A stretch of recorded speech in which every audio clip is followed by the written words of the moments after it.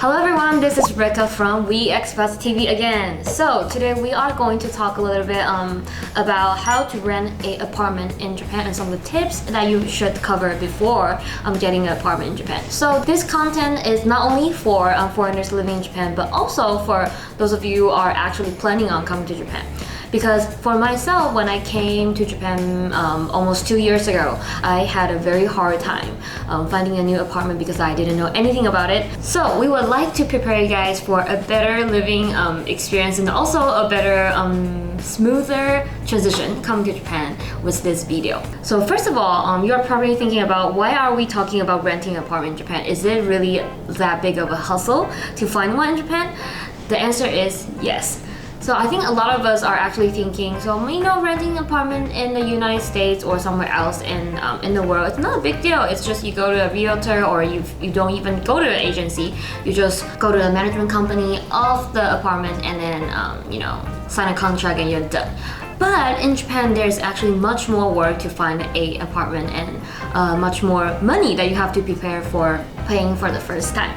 Some of the differences between renting one in Japan and some other countries are very clear that the first payment is very different, and also some of the words that we use for the apartment structure are different as well. So first of all, some of the words that you should know are R, L, D, K.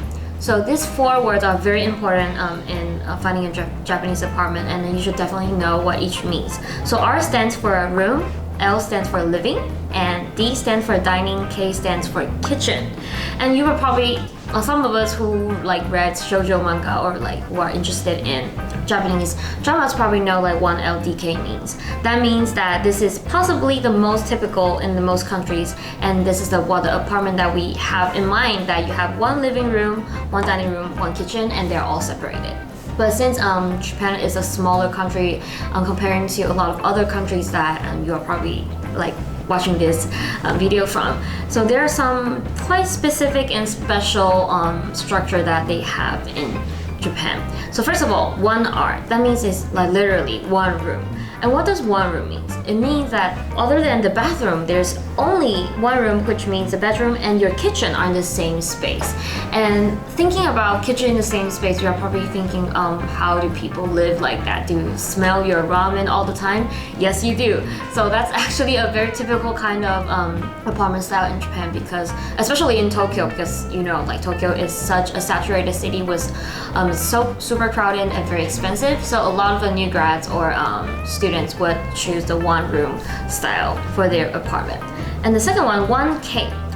There is a door or some kind of compartment to separate the bedroom and the kitchen. So that means that you are not exactly in the same space with your kitchen, and it's not only one room anymore, but it might be only a compartment, or maybe if better, you do have a door. And this is also a very typical style in Japan as well, since it does takes a little space and not as much space as well. Alright, and the third one would be 1DK, and that means other than the bedroom and the kitchen, there is a dining room that has enough space to have a dining table. So in that situation, it does cost a little bit more because it takes more space, and many of the new grads or students, if you don't have that much money, would choose the 1R, 1K rather than the 1DK and 1LDK. That is the few words that you should definitely know before going to a realtor, and then before going to a realtor and also looking your apartments up online. And lastly, make sure that you ask the realtor or check it yourself that if the apartment is a Japanese style one or Western style apartment. So there are some Japanese style apartment which coming with tatami are a little bit different from the Western style apartment.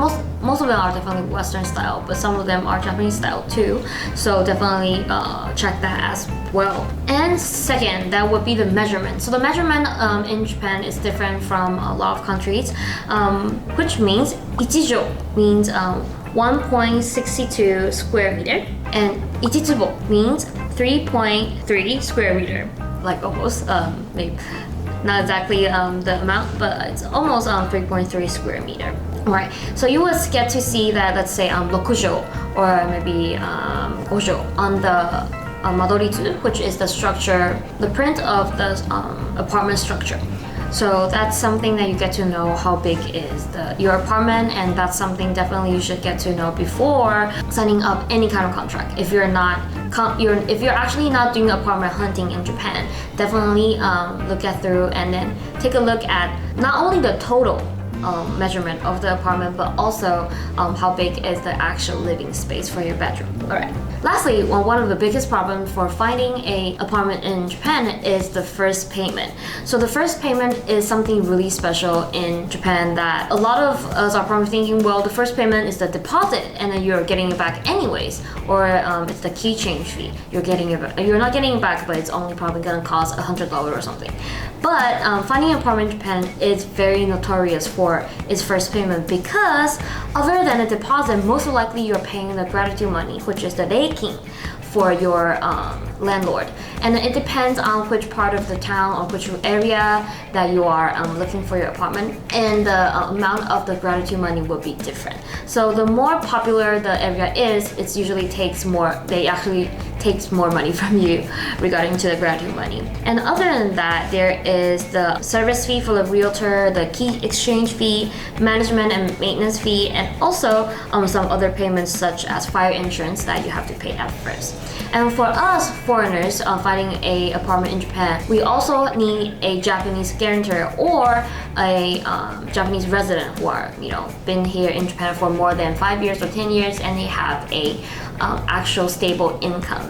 So that's also something that you have to know, that if you don't have anyone that can co-sign your contract with you, you need to hire a guarantor from a company. So that means another month of the rent payment, including for the first payment. So most likely your first payment of your apartment will be 4 times or 5 times of your monthly rent. So that's something that you should definitely keep in mind before finding a apartment in Japan. But a lot of there are some other options as well, especially if you're coming to work in Japan.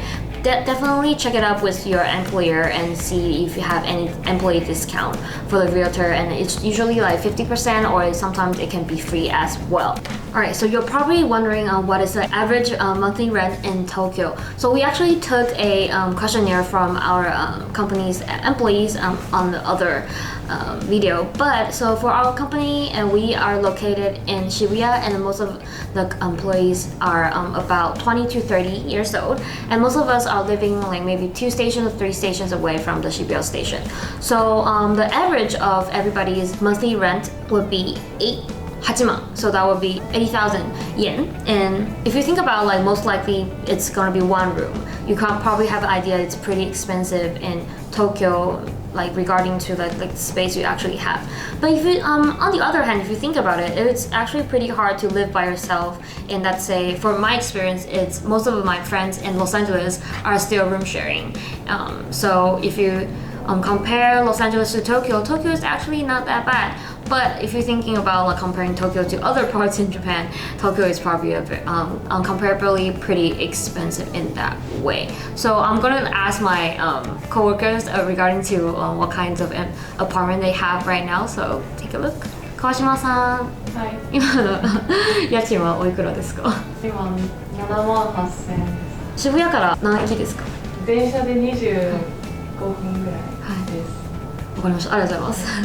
So regarding to what we we're just talking about, it's so from Shibuya to where my leader lives in Koenji, it takes 25 minutes, and it's 78,000 yen per month. So you get to know that if you're living a little bit further from Shibuya or from the center part of Tokyo, it actually you get to have a bigger apartment, you get to have a better structure and a newer apartment with a little bit less money.